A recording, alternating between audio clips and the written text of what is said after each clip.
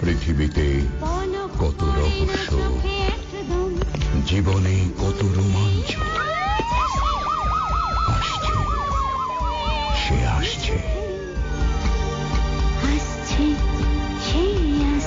রবিবার রাত 10টায় 91.9 ফ্রেন্ডস এফএমে। আসছে, সে আসছে, যে আসার সে তো আসবেই। এসে গেছি আমি সতীনাথ, সকলের আগে এসে উপস্থিত হয়েছি। আর বাকি যারা যার যার জেলাম জেলাম সময় আসবার নিশ্চয়ই চলে আসবে। রবিবার রাত 10টা, এই তো সময় নিঃসারে ঢুকে পড়ার সেই রোমাঞ্চকর আবহে। আচ্ছা, যদি এই প্রশ্ন করা যায়, এক জীবনে একজন মানুষের সঙ্গে কতজন মানুষের আলাপ পরিচয় হয়, কতজনকে সে চিনতে বা জানতে পারে? আমি জানি খুবই কঠিন এই প্রশ্নের উত্তর দেওয়া। আসলে প্রত্যেকেরই নিজের জীবনের খাতায় থাকে কিছু সাদা পাতা, কিছু স্বচ্ছ পাতা, আর কিছু রহস্যের আবরণে মোড়া, তাই না?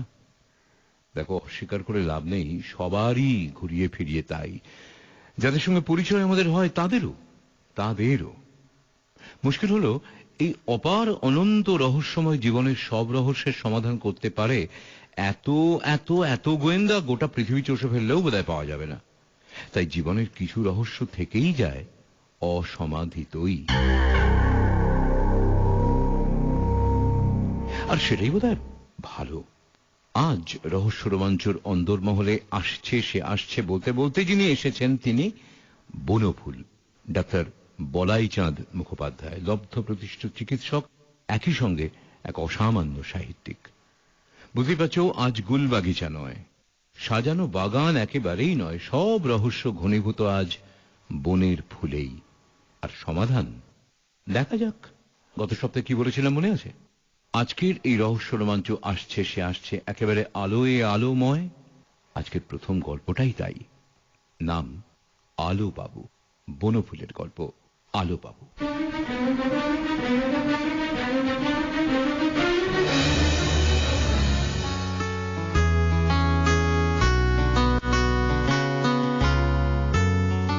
সবাই তাকে আলু বাবু বলতো, কিন্তু তার আসল নাম আলো। চেহারা অবশ্য নামের উপযুক্ত নয়। গায়ের রং কুচকুচে কালো, মুখটি বেগুন পোড়ার মতো, তার উপরে কালো গোঁপ দাড়ি, যুগ্ম ভুরু, মাথায় ঘাড় পর্যন্ত লম্বা বাবরি চুল, গলায় তুলসীর মালা, সেটাও কালো হয়ে গেছে। পরনের থানখানি অবশ্য ধপধপে সাদা, গায়ের চাদরখানিও সাদা। আলোবাবু জামা গায়ে দিতেন না, জুতোও পরতেন না। একদিন সকালে আমার বৈঠকখানায় ঢুকে নমস্কার করে কাঁচুমাচু হয়ে দাঁড়িয়ে রইলেন। সেই দিনই প্রথম দেখলাম তাকে। কি চাই আপনার? অনুগ্রহ করে একটু সাহায্য করবেন আমাকে।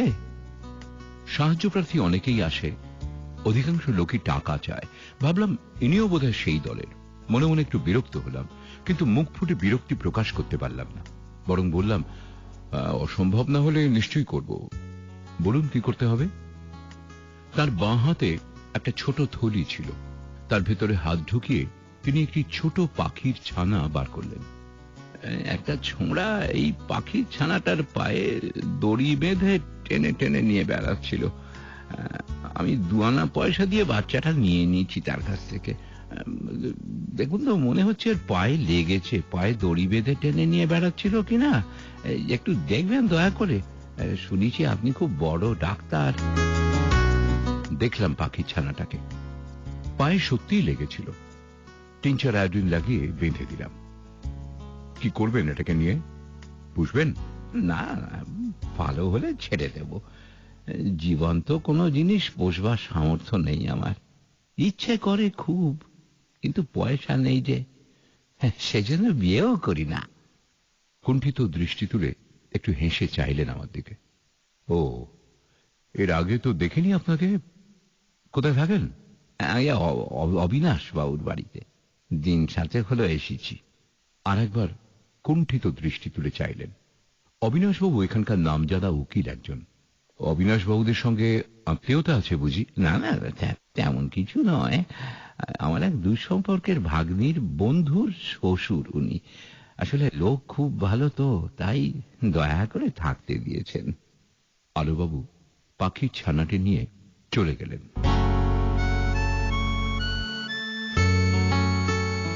দিন কয়েক পরে আমাকেই অবিনাশবাবুর বাড়ি যেতে হয়েছিল। সেখানে আলোবাবুর সঙ্গে আবারও দেখা হয়ে গেল।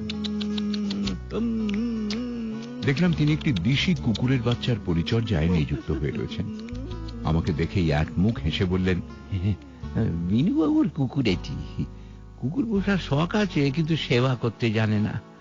দুটো চোখে এতক্ষণ পিছুটি ভর্তি ছিল, তুলো ভিজিয়ে ভিজিয়ে পরিষ্কার করলো। আর কুকুরকে সারাক্ষণ বেঁধে রাখলে কি চলে বলুন? ওদের সঙ্গে খেলা করতে হয়, একটু সময় দিতে হয়। কুকুরটার দিকে চেয়ে তার মুখের সামনে টুসকি দিতে লাগলেন। ল্যাজ নেড়ে নেড়ে খেলা করতে লাগলো কুকুরটা। বিনু অবিনাশের ছেলে, বয়স 10 বছর। অবিনাশবাবুর সঙ্গে দেখা হলো একটু পরে। আপনার এই আলোবাবু লোকটি তো অদ্ভুত ধরনের মনে হচ্ছে। হ্যাঁ হ্যাঁ, যা বলেছেন, অদ্ভুতই। স্নেহের কাঙাল বেচারা, গরিবও খুব। আপনার সঙ্গে আলাপ হয়েছে নাকি? এক পাখি পেশেন্ট নিয়ে গিয়েছিলেন কদিন আগে আমার কাছে। দেখবেন তো যদি ওর একটা চাকরি বাকরি জুটিয়ে দিতে পারেন কোথাও। সেবা করতে বড় ভালোবাসে, বিশেষত সেবার পাত্র বা পাত্রী যদি অসহায় হয়।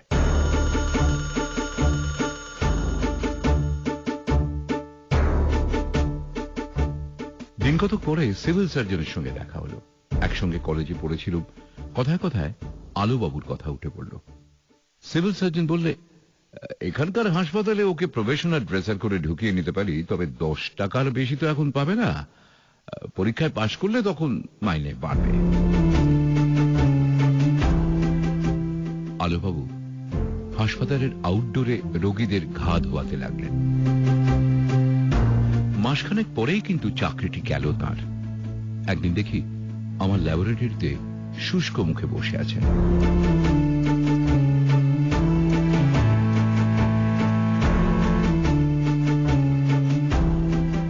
আরে আলোবাবু যে, কি খবর?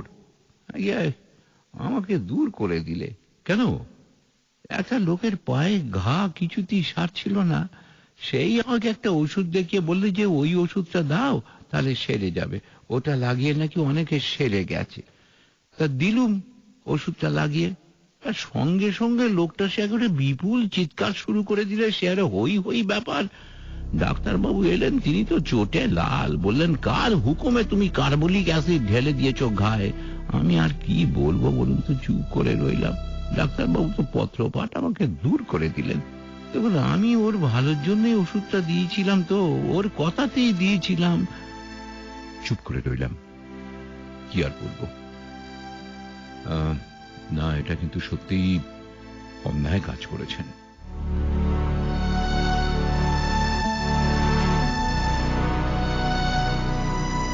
কিছুক্ষণ বসে আলোবাবু চলে গেলেন। কষ্ট হতে লাগলো ভদ্রলোকের জন্য, কিন্তু কি করব ভেবে পেলাম না।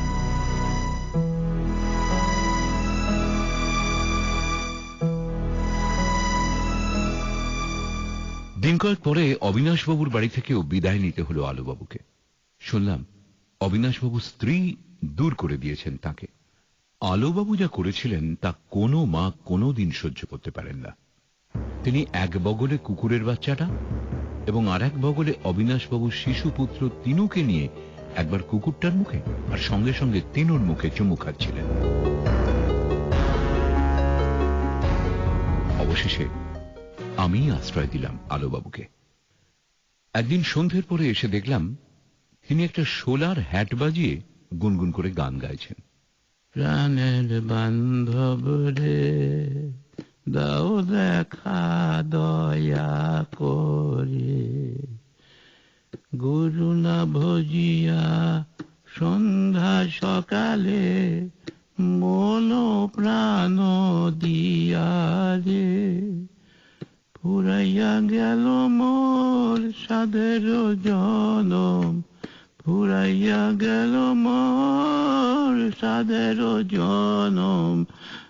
আপনি গান বাজনা জানেন নাকি? কুণ্ঠিত মুখে উঠে দাঁড়ালেন তিনি।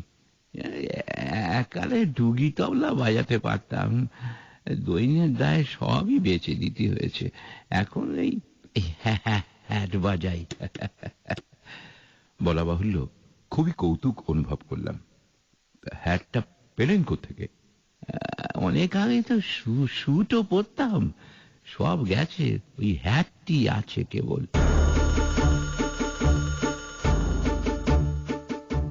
আলোবাবুর আরো পরিচয় পেলাম দিন কয়েক পরে। একদিন দেখি তিনি ছুটতে ছুটতে আসছেন। আরে কি হলো, ছুটছেন কেন? আগে 10টা বেজে গেছে, আমার ঘড়িতে দম দেওয়া হয়নি এখনো। রামবাবুর গাইটার বাচ্চা হয়েছে শুনে দেখতে গেছিলাম তো, হঠাৎ শুনতে পেলুম তার বৈঠকখানার ঘড়িতে ঢং ঢং ঢং করে 10টা বেজে গেল। তখনই ছুটলুম। আমার ঘড়িতে আমি ঠিক 10টার সময় দম দিই কিনা। আমাদের যেমন খাবার, ঘড়ির তেমনি দম। আগো বেচারির খেতে দেরি হয়ে গেল যে আজকে। তাড়াতাড়ি আলোবাবু ঢুকে পড়লেন নিজের ঘরে। আমি একটু অবাক হয়ে গেলাম। আলোবাবুর যে ঘড়ি আছে তাই জানতাম না। তার পিছু পিছু এসে একটু আড়াল থেকে দেখতে লাগলাম। দেখলাম ঘরে ঢুকেই তিনি নিজেই ভাঙা তোরঙ্গটা খুললেন। তার ভেতর থেকে বার করলেন একটা ছোট্ট টিনের বাক্স। বাক্সের ভেতর থেকে একটা ন্যাকড়ার ছোট পুঁটলি মতন কি যেন বার করলেন। ন্যাকড়াটি খুলতেই লাল রঙের শালুর পুঁটলি বেরিয়ে পড়ল। সেটি খুললেন, বেরোলো রেশমি ন্যাকড়ার একটি পুঁটলি। আবার সেটা খুলতেই বেরোলো খানিকটা তুলো, তার মধ্যে ছোট্ট ঘড়িটি। 3 পুরু কাপড় ঢাকা ঘড়িটিকে আঙুরের মতন রাখতেন তিনি সযত্নে। ঘড়িটি বার করে চাপটালি খেয়ে বসলেন। তারপর চোখ বুজে ধীরে ধীরে দম দিতে লাগলেন। মনে হলো যেন পুজো করছেন। অবিনাশবাবুর কথাটা মনে পড়ল। সে যে বলেছিলেন স্নেহের কাঙাল বেচারা। মনে হলো সত্যি কাঙাল। কাঙাল, কিন্তু জীবনে ভালোবাসার সুযোগ পাচ্ছেন না কোথাও। তাই সব স্নেহ উজাড় করে দিয়েছেন ঘড়িটার উপর।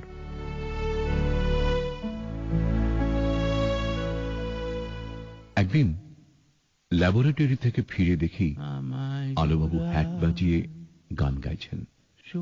2টো লাইন বারবার বারবার গাইছেন। আমার কাছে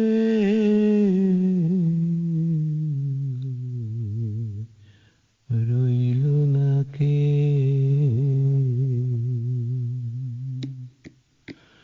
আমায় ওরা সইল না কে,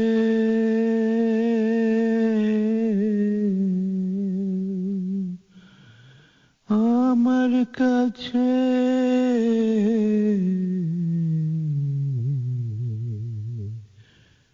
রইল না কে।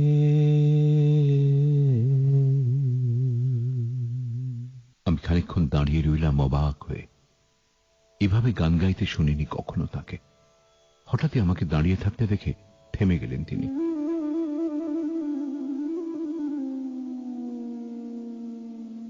কি হল আলোবাবু, আজ এমন করে দুঃখের গান গাইছেন যে? হ্যাঁ, এমনি এমনি। তারপর আমার দিকে চেয়ে একটু কুণ্ঠিত হাসি হেসে বললেন, আমার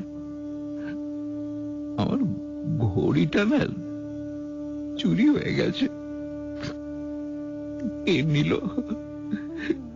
ঠিক ঠিক সময় হয়তো ভালো করে দম দিতে পারবে না, ঠিক সময় খাওয়া না পেলে ওর কষ্ট হবে, যে সময় খেতে না পেলে কষ্ট হবে না, দম দিতে পারবে না ঠিক সময়। আমার ঘড়িটা।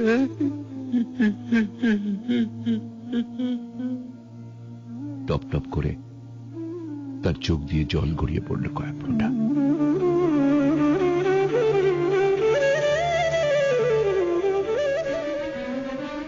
আলোবাবু এখন পাগলা গারদে আছেন। এই সমাজের সঙ্গে নিজেকে তিনি খাপ খাওয়াতে পারলেন না কিছুতেই।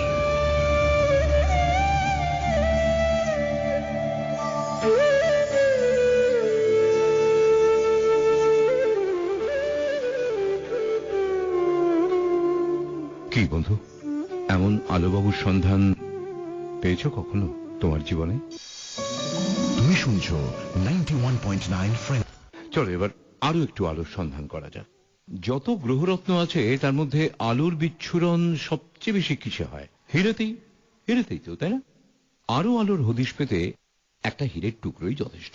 বনফুলেরই অকল্পনীয় রহস্যের জালবোনা অদ্ভুত এক গল্প, হীরের টুকরো।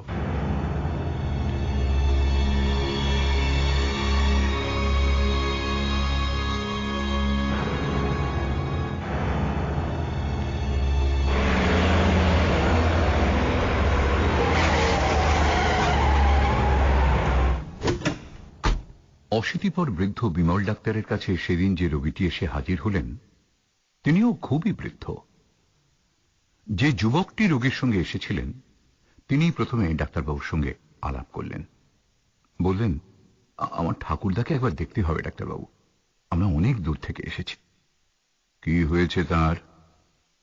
মাথাটা কেমন গোলমাল হয়ে গেছে, অনেকদিন থেকে ওর মাথা খারাপ, সম্প্রতি কিছু বাড়াবাড়ি হয়েছে, তাই আপনার কাছে এনেছি। কোথা থেকে আসছেন আপনারা? কলকাতা থেকে। হ্যাঁ, কলকাতা থেকে? সেখানে কত বড় বড় ডাক্তার আছেন, তাদের ছেড়ে আপনি পাড়া গাঁয়ে আমার কাছে এসেছেন? আশ্চর্য তো। যুবক একটু অপ্রস্তুত মুখে চুপ করে রইলেন। আসল কারণটা ব্যক্ত করতে তার কেমন সংকোচ হচ্ছিল। ডাক্তারের গুণের জন্য নয়, বিমল এই নামটার জন্যই যে তিনি ঠাকুরদাকে তার কাছে নিয়ে এসেছেন এই কথা তিনি খুলে বলতে পারলেন না।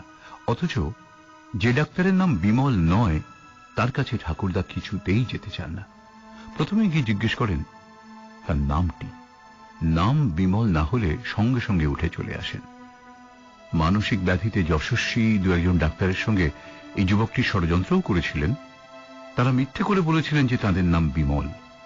রোগীর হিতের জন্য তারা মিথ্যে ভাষণ করতে কোনো আপত্তিও করেননি, কিন্তু তাতেও কোনো ফল হল না।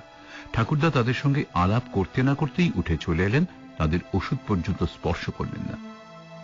একজন এর মধ্যে জোর করে একটা ইঞ্জেকশন তাকে দিয়েছিলেন, তাতে খানিকক্ষণ ঘুম হয়েছিল, এই যা, আর কিছু হয়নি। মুখ দিয়ে কোনো ওষুধ ঠাকুরদাকে খাওয়ানো সম্ভব হয়নি। তিনি বারবারই বলেন, আমার তো কোনো অসুখ নেই, ওষুধ খাবো কেন? কেন খাবো ওষুধ? আসল বিমলের সঙ্গে দেখা হলি সব ঠিক হয়ে যাবে, সব। অথচ ঠাকুরদা সমস্ত রাত ঘুমন না, খাওয়া দাওয়ার কোনো ঠিক নেই। অনেক সাধ্য সাধনা করলে হয়তো সামান্য কিছু খান। নিজের মনেই কাঁদেন, নিজের মনেই হাসেন। আজকাল সময়ের জ্ঞানও লোপ পেয়ে গেছে। সকালকে বলেন সন্ধে, সন্ধেকে বলেন সকাল, তারিখ বার কিছুই তার মনে থাকে না। একজন ডাক্তার বলেছিলেন কোন বিমল ডাক্তারের সঙ্গেই এর রোগের নিগূঢ় কোনো সম্পর্ক আছে, কাজে তার সঙ্গে দেখা হলেই একমাত্র অসুখ সারার সম্ভাবনা। যেখানেই কোনো বিমল ডাক্তারের খবর পান এই যুবক তার ঠাকুরদাকে সঙ্গে সঙ্গে সেখানে নিয়ে যান। বিমল নামটা শুনলে আশ্চর্য ঠাকুরদাও আগ্রহ দেখান। বিস্মিত বিমল ডাক্তার প্রশ্ন করলেন, কোথায় আপনার ঠাকুরদা? আগে বাইরে গাড়িতে বসে আছেন, নিয়ে আসুন তাকে। আচ্ছা দাঁড়ান দাঁড়ান একটু, আপনার কাছ থেকে ওর হিস্ট্রিটা আমি আগে একটু জেনে নিই। জানি না, উনি হয়তো কিছু বলবেন না। আপনি আপনি বসুন বসুন, ভালো করে চেয়ারটায় বসুন। যুবকটি বসে বললেন, দেখুন আমিও বিশেষ কিছু জানি না। ঠাকুরদা বরাবরই বিদেশে বিদেশে ঘুরতেন, আমি বোর্ডিং এ হোস্টেলে থেকে পড়াশোনা করতাম। আপনার বাবা মা? আমি খুব শিশু বয়সেই পিতৃমাতৃহীন। নিকটাত্মীয় বিশেষ কেউ নেই। ঠাকুরদার কাছেই আমি 7 বছর পর্যন্ত ছিলাম, তারপরে উনি আমাকে বোর্ডিং এ ভর্তি করে দেন। বোর্ডিং এর খরচ আপনার ঠাকুরদাদাই দিতেন। আগে হ্যাঁ, উনি ছাড়া তো আর কেউ নেই আমার। কি করতেন উনি? চাকরি না, আমার ঠাকুরদা চিত্রকর, ছবি আঁকেন। ছবি বিক্রির টাকা থেকেই আমাদের সংসার চলত। বছর খানেক থেকে মাথাটা এমনই একটা খারাপ পর্যায়ে গেছে যে আজকাল আর ছবিও আঁকেন না। তা এখন সংসার চলে কি করে? আমি রোজগার করি কিছু। কি করেন আপনি? আমি প্রফেসর। যুবকটির কুণ্ঠিত মুখের দিকে চেয়ে বিমল ডাক্তারের হৃদয়ে একটা শ্রদ্ধা উদ্রেক হল। ছেলেটি বিদ্বান, অধ্যাপক।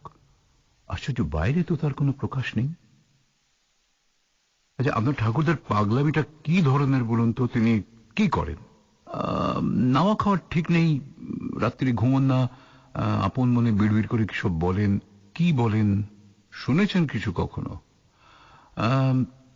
একটা কথা বারবার বলেন, এ ভার আমি আর বইতে পারছি না, এ ভার আমি আর বইতে পারছি না। মানে এই কথাটা বলতে বলতে কখনো কাঁদেন, কখনো হাসেন। বিমল ডাক্তার ভ্রু কুঞ্চিত করে আরো কিছুক্ষণ বসে রইলেন। তো ওর পাগলামিতে আর কোনো বিশেষত্ব লক্ষ্য করেছেন কি? এবারে যুবকটি একটু মুশকিলে পড়লেন। সত্যি কথাটা বললে ডাক্তারবাবু হয়তো মনে আঘাত পাবেন, অথচ না বললে রোগের সূত্রটা হয়তো তিনি ধরতে পারবেন না। অবশ্য যদি সত্যি সেটাই রোগের সূত্র হয়। একটু ইতস্তত করে অবশেষে সব কথা খুলে বলাটাই যুবক সঙ্গত মনে করলেন। আগে হ্যাঁ করেছি। আমার মনে হয় উনি কোনো বিমল ডাক্তারকে খুঁজছেন। মানে ডাক্তারের নাম বিমল না হলে সেখানে উনি যেতেই চান না।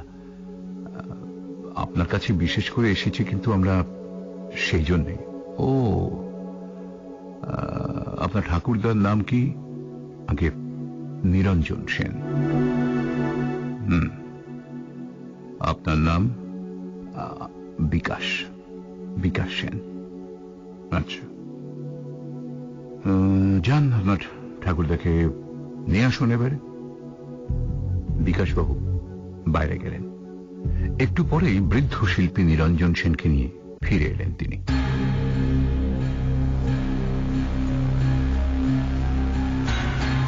বিমলবাবু দেখলেন নিরঞ্জন সেনের অনেক পরিবর্তন হয়েছে। এক মুখ পাকা গোঁপ দাড়ি, মাথায় চুল নেই, যে কাছে আছে সেও পাকা, অবিন্যস্ত, রুক্ষ।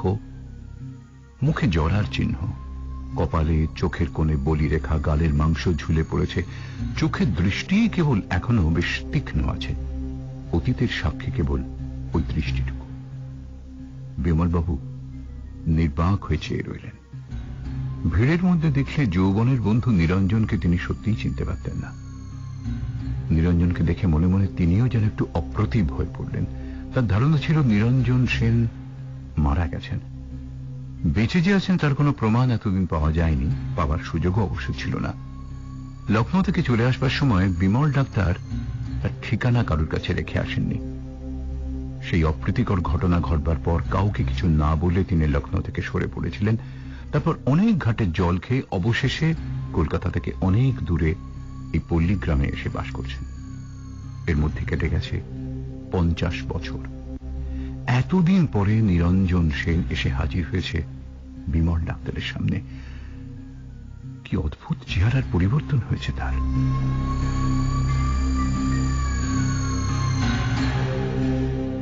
নির্বাক হয়ে চেয়ে রইলেন বিমল ডাক্তার। শিল্পী নিরঞ্জন সেনও নির্নিমেষে দেখছিলেন বিমল ডাক্তারকে। হঠাৎই তিনি ঘাড় ফিরিয়ে বিকাশকে বললেন, তুমি তুমি বাইরে গিয়ে বসো বিকাশ, এর সঙ্গে আমার গোপনীয় কিছু কথা আছে। বিকাশ এই প্রত্যাশাই করছিলেন। প্রত্যেকবারই ঠাকুরদা এই কথাই বলেন। আর কোনো কথা না বলে তিনি ঘর থেকে বেরিয়ে গেলেন। আরো কিছুক্ষণ মুখোমুখি বসে রইলেন দুজনে, ডাক্তার বিমল, শিল্পী নিরঞ্জন।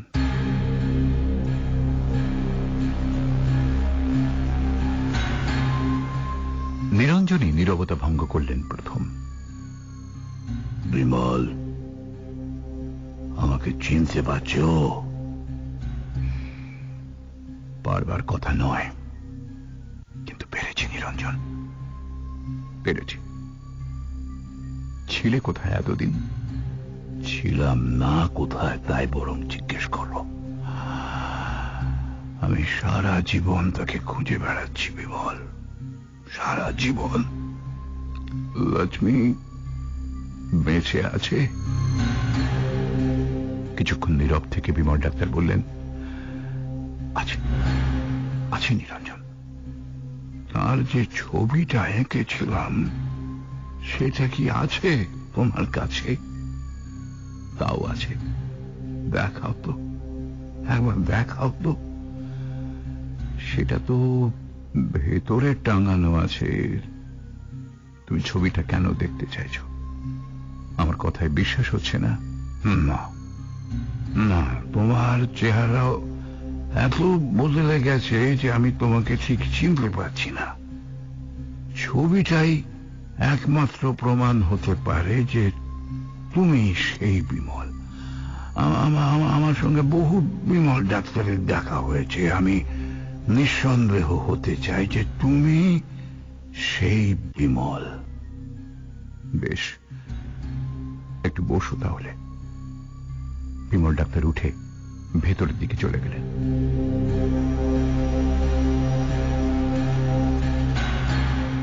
ফিরলেন বেশ কিছুক্ষণ পরে। সঙ্গে একটি বালক বৃত্ত প্রকাণ্ড একখানা ছবি বয়ে নিয়ে এলো। এক নর্তকী নাচছে, অপূর্ব ছবি। নিরঞ্জন সেন বিস্ফারিত নেত্রে তার অতীত কীর্তির দিকে চেয়ে রইলেন নির্নিমেষ।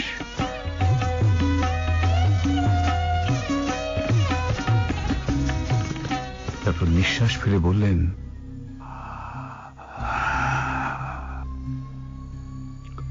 আর আমার সন্দেহ নেই, আর সন্দেহ নেই আমার বিমল। ছবিটা নিয়ে যেতে পারো। বালক বৃত্ত ছবিটা নিয়ে ভেতরে চলে গেল। বিমল, লক্ষ্মী কি আমার সঙ্গে দেখা করবে? হ্যাঁ, তাকে শুধু একটা কথা আমি বলতে চাই। কথাটা খুবই মর্মান্তিক, তবু তার জানা উচিত। কি কথা বলো? তার ছেলে আর বেঁচে নেই। আমি আমি আমি আমি তাকে বড় করে তুলেছিলাম, লেখাপড়া শিখিয়েছিলাম, বিয়ে দিয়েছিলাম, তার একটা ছেলেও হয়েছিল। কিন্তু বিধাতার এমনি অভিশাপ, প্লেগে ছেলে বউ দুজনেই মারা গেল দুজনেই। বেঁচে রইল শুধু শিশুটা। তাকেও আমি মানুষ করে তুলেছি, কিন্তু আমি তো আর বেশি দিন বাঁচব না। তার জিনিস আমি তার হাতে সঁপে দিয়ে আমি নিশ্চিন্ত হতে চাই। আমার আর একটা আতঙ্ক হয়েছে বিমল। আমার বদ্ধমূল ধারণা হয়ে গেছে যে আমি অভিশপ্ত। আমি লক্ষ্মীকে পাইনি। লক্ষ্মী নিজেই আমার কাছে থাকতে চায়নি। সে তোমাকে বিয়ে করেছিল, তাই বোধহয় এখনো বেঁচে আছে। আমার কাছে থাকলে লক্ষ্মীও হয়তো মরেই যেত। ছেলেটাকেও তোমরা যদি নিয়ে নিতে, তোমাদের কাছে হয়তো বেঁচে থাকতো সে। আমার কাছে রইল বলেই। নিরঞ্জন সেন রুদ্ধবাক হয়ে কিছুক্ষণের জন্য নীরব হয়ে গেলেন। তার চোখ থেকে জল গড়িয়ে পড়ল। একটু সামনে ঝুঁকে তিনি বিমল ডাক্তারের হাত দুটো চেপে ধরলেন। বিকাশ তোমাদের কাছেই থাকুক বিমল। তুমি লক্ষ্মীকে বলো তুমি। আমি জানি তুমি বললেই সে রাজি হয়ে যাবে। সেই বিকাশে কি তোমার সঙ্গে এসেছে? হ্যাঁ হ্যাঁ হ্যাঁ, ওই বিকাশ খুব ভালো ছেলে, খুব ভালো ছেলে, একেবারে হিরের টুকরো ছেলে বিমল। বিকাশ কি সব কথা জানে? না, না জানে না, কিন্তু ওকে আমি বলবো, সব বলবো। তার আগে লক্ষ্মীর মত চাই, তোমারও মত চাই। বিমল ডাক্তার নিরঞ্জন সেনের মাথায় হাত বুলিয়ে মৃদু হেসে বললেন, কি দরকার? যেমন চলছে চলুক না, ওসব ঘাটিয়ে আর কি লাভ? না না না না না বিমল, আমি আর পারছি না, আমি পারছি না। যার জিনিস যার কাছে দিয়ে আমি আমি আমি আমি নিশ্চিন্ত হতে চাই। আমি আর ভার বইতে পারছি না। ওর ঠাকুরদার কাছেই ও বেঁচে থাকবে, আমার কাছে থাকলে বাঁচবে না। আমি অভিশপ্ত, আমি অভিশপ্ত।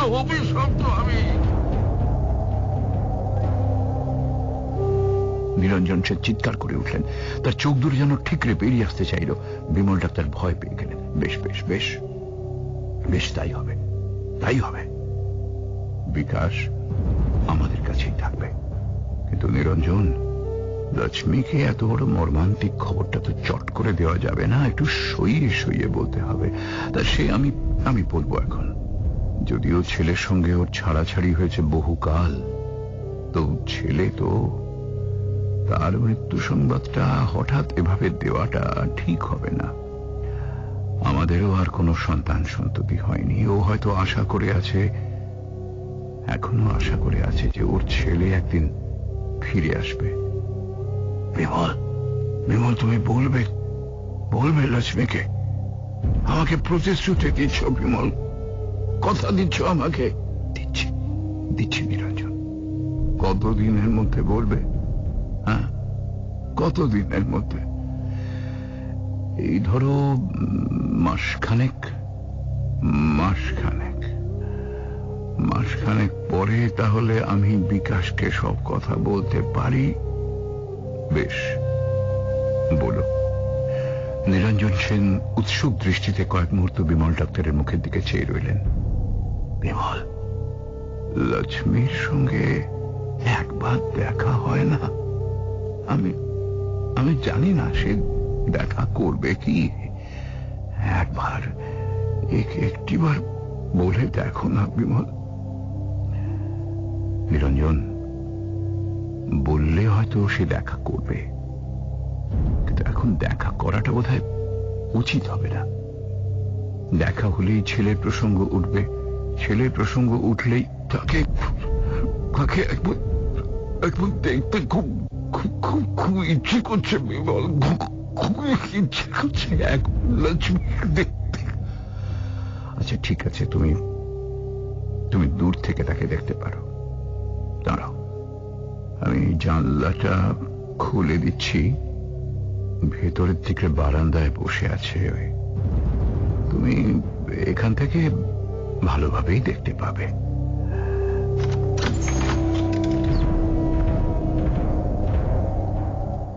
নিরঞ্জন, দেখতে পাচ্ছ? পেছনের দিকে একটা জানলা খুলে দাঁড়ালেন বিমল ডাক্তার। নিরঞ্জন দেখলেন দূরে বারান্দায় এক বৃদ্ধা বসে বই পড়ছেন। মাথার চুল সাদা, চোখে চশমা, মুখে জরার চিহ্ন। ওই লক্ষ্মী? হ্যাঁ নিরঞ্জন, বদলে গেছে, আশ্চর্য বদলে গেছে, আশ্চর্য। ওই ছবির লক্ষ্মী আর এই লক্ষ্মী। তুমিও বদলেছ নিরঞ্জন, বদলেছি আমিও।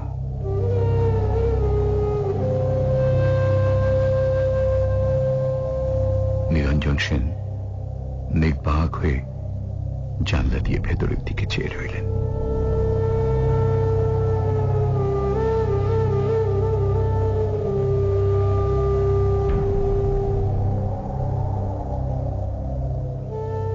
ঠিক 1 মাস পরে বিকাশ একদিন কলেজ থেকে ফিরে এসে দেখলেন নিরঞ্জন সেন গলায় দড়ি দিয়ে আত্মহত্যা করেছেন।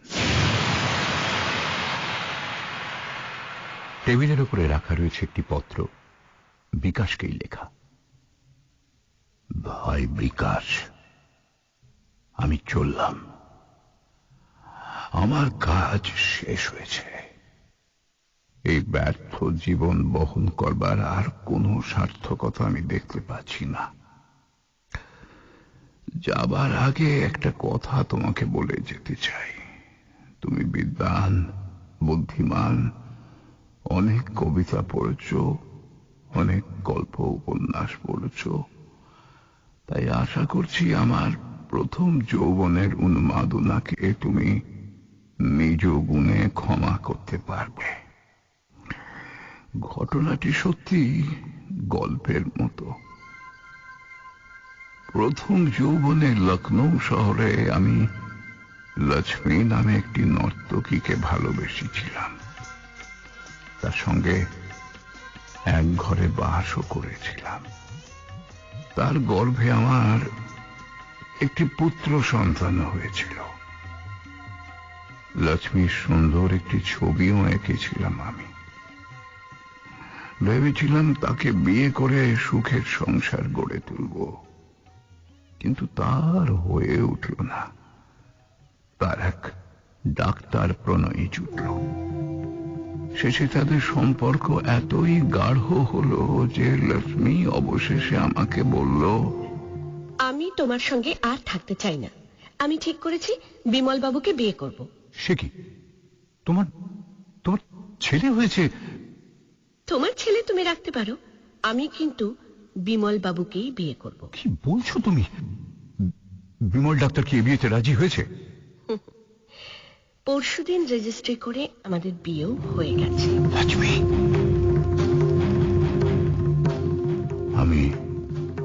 আমি অবাক হয়ে গেলাম বিকাশ। সত্যি আমার মুখ দিয়ে আর কোনো কথাই সরল না। তারপর তিনি লক্ষ্মী কাউকে কিছু না বলে নিজের ছেলেকে ফেলে রেখে আমাকে ছেড়ে চলে গেল বিমলের সঙ্গে। বিমল ডাক্তার ছোট একটা চিঠি লিখে রেখে গিয়েছিল, স্মৃতিস্বরূপ তোমার আঁকা লক্ষ্মীর ছবিটি আমি নিয়ে যাচ্ছি। রাগ করো না, রাগ করো না বন্ধু।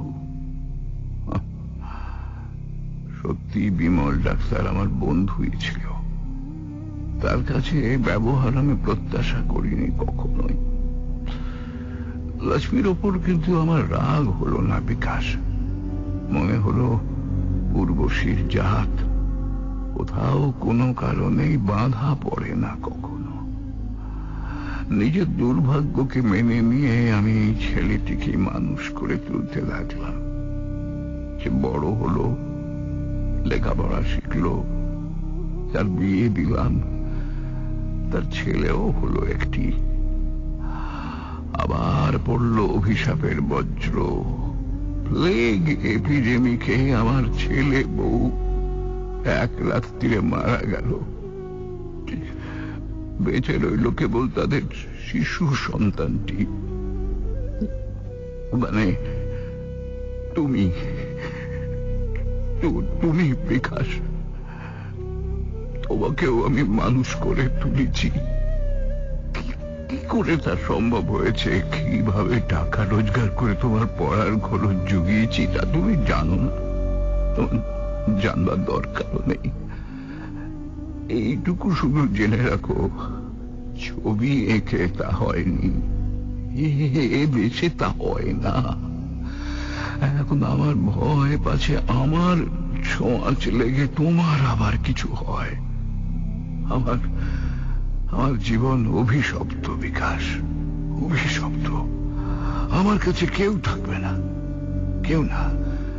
তাই আমি ঠিক করলাম যেভাবেই হোক আমি লক্ষ্মীকে খুঁজে বার করব। যদি বার করতে পারি তাকে সব কথা বলে তার হাতে তোমাকে সমর্পণ করে আমি সরে পড়ব।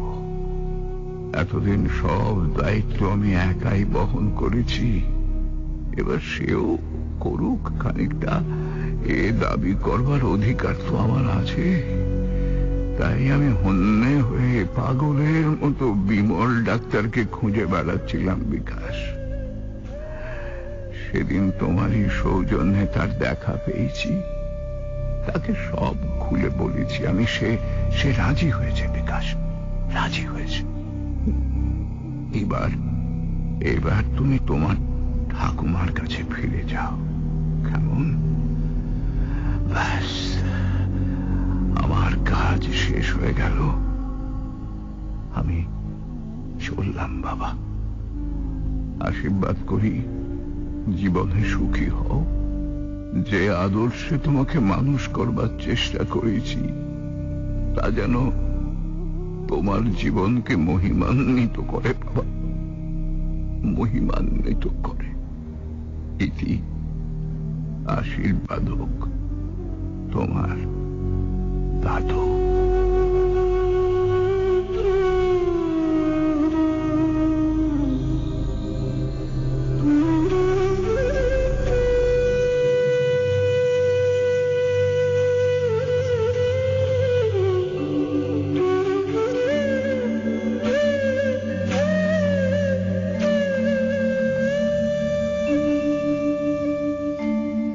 10 বছর কেটে গেছে। হিমালয়ের পথে এক বৃদ্ধাকে কাঁধে নিয়ে এক বলিষ্ঠ মানুষ পাহাড়ে উঠছেন। সামনে চড়াই, তারপর একটা চটি। সময় মতো চটিতে পৌঁছতে না পারলে সমূহ বিপদের সম্ভাবনা। যদিও একটু একটু শ্বাসকষ্ট হচ্ছিল, তবু এক মুহূর্তের জন্য গতি ধীর করেননি সেই যুবক। নাতি ঠাকুমাকে কেদারপত্রী দর্শন করাতে নিয়ে চলেছে।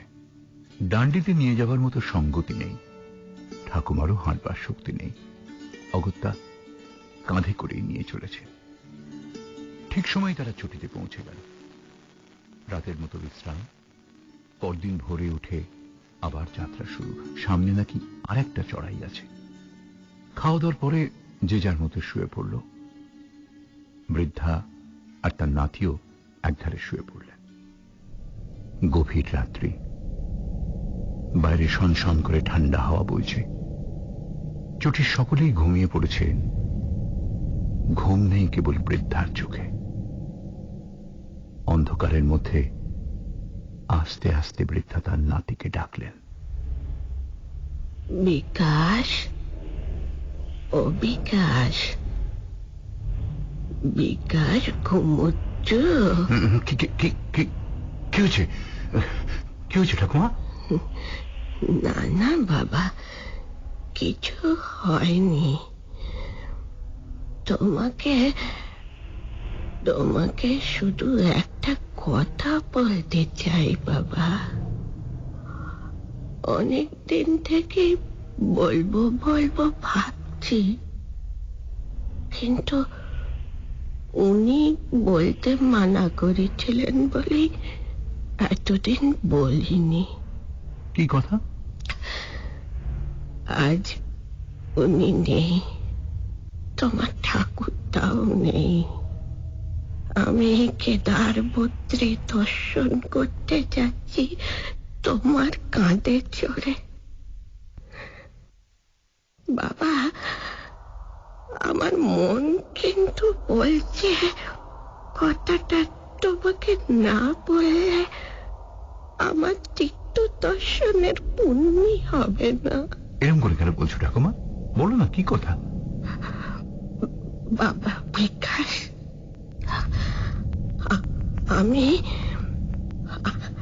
আমি তোমার ঠাকুমা বলেই তো তুমি এত কষ্ট সহ্য করে আমাকে কেদারপত্রে নিয়ে যাচ্ছ।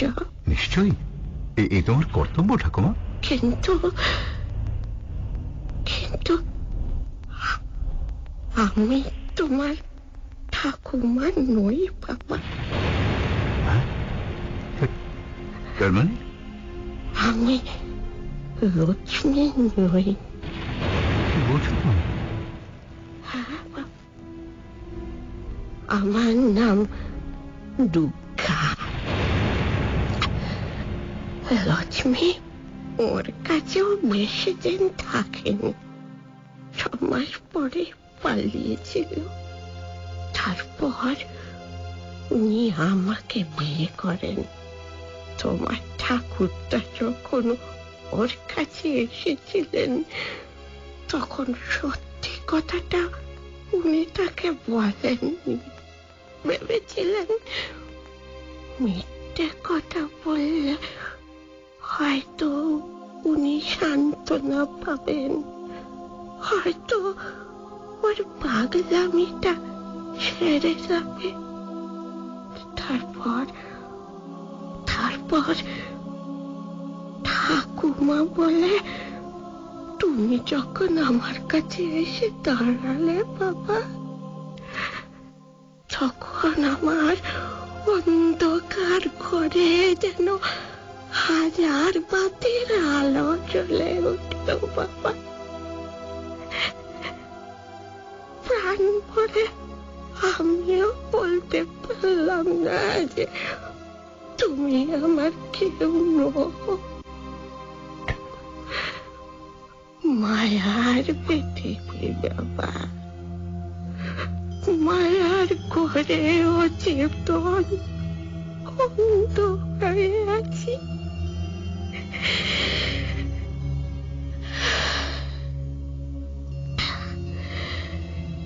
তারপর দেখতে দেখতে 10টা বছর কেটে গেল। উনিও চলে গেলেন। আমারও ছেলে পুলে হয়নি। বাবা বিকাশ, তুমি আমার আশ্রয়, তুমি আমার নির্ভর, সব তুমি বাবা। আমাকে তুমি কাঁধে করে কেদারপুত্রে নিয়ে যাচ্ছ, কিন্তু কেবলই আমার মনে হচ্ছে সত্যি কথাটা তোমাকে বলা উচিত। সত্যি কথা শুনে তুমি যদি এইখানে আমায় ফেলে রেখে চলেও যাও, তাও বরং আমি সহ্য করতে পারবো বাবা। কিন্তু মিথ্যের বোঝা বুকে লুকিয়ে আমি কেদারপুত্রে যেতে পারবো না বাবা।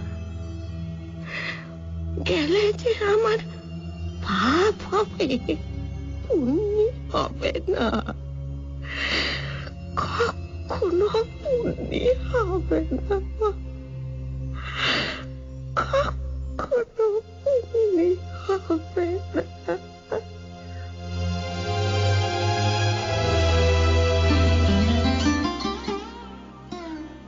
বিকাশ কি বলবেন ভেবে পেলেন না। তার গোড়ার কথাগুলো মনে পড়ল। ঠাকুমার অতীত জীবনকে ঘিরে যে রূপ কথা লোক তিনি মনে মনে করে তুলেছিলেন, আজকের এই এক কথায় সব যেন চুরমার হয়ে গেল। তবু চুপ করে রইলেন বিকাশ, একটা কথাও বললেন না। বাবা বিকাশ, সব কথা তোকে জানানোর পরে আমার আর সে মুখ নেই যে বলতে পারি। কথা শোনার পর আমাকে কাল নিয়ে যাবি তো বাবা? নিয়ে যাবি তো? নিশ্চয়ই নিশ্চয়ই নিয়ে যাবো ঠাকুমা। তুমি তো আমার ঠাকুমা, তোমাকে আমি নিয়ে যাব না? ও ঠাকুমা, ও ঠাকুমা, ও ঠাকুমা, কাঁদে না গো। ঘুমিয়ে পড়ো, ঘুমিয়ে পড়ো। কালকে তো খুব ভোর ভোর উঠতে হবে, সামনে অনেকটা চড়াই পেরোতে হবে ঠাকুমা। সকাল সকাল উঠে বেরিয়ে পড়বো। হ্যাঁ,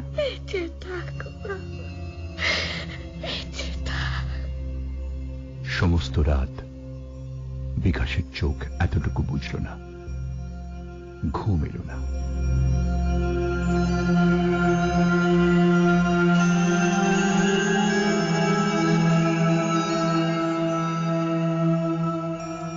আলোর আভাস দেখা মাত্র বিছানা ছেড়ে উঠে বিকাশ বাইরে এসে দাঁড়ালেন।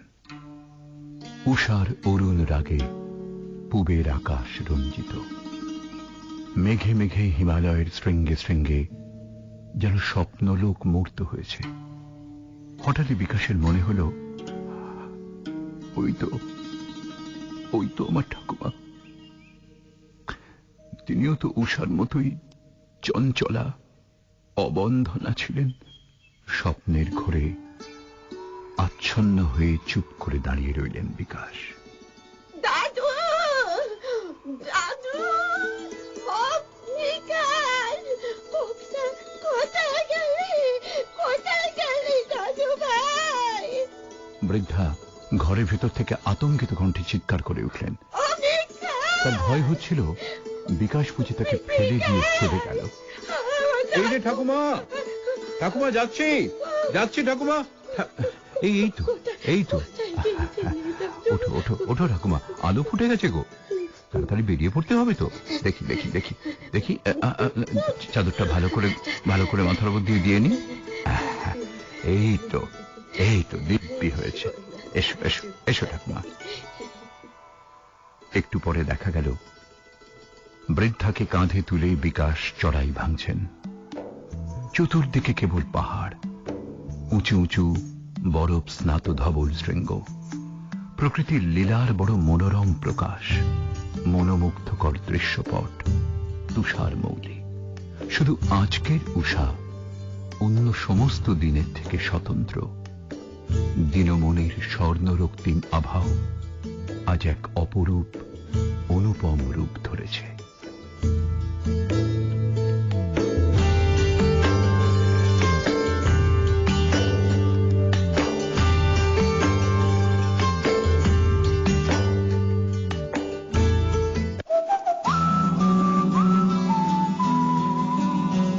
আগামীকাল থেকে 91.9 আলুবাবু আর হীরের টুকরো ঘিরে যে অন্য স্বাদের রহস্য, আজ তার জাল বুনলাম আমি। আর হ্যাঁ, নমিতাও ছিল সঙ্গে, লক্ষ্মী হয়ে, দুর্গাও হয়ে, ঠাকুমা হয়ে। নমিতা চক্রবর্তী বিজিএম আর এসএফএক্স এর জম্পেশ ব্লেন্ডিং এ জমজমাট সাসপেন্স তৈরি করেছে রাজা সেনগুপ্ত। এসএমএস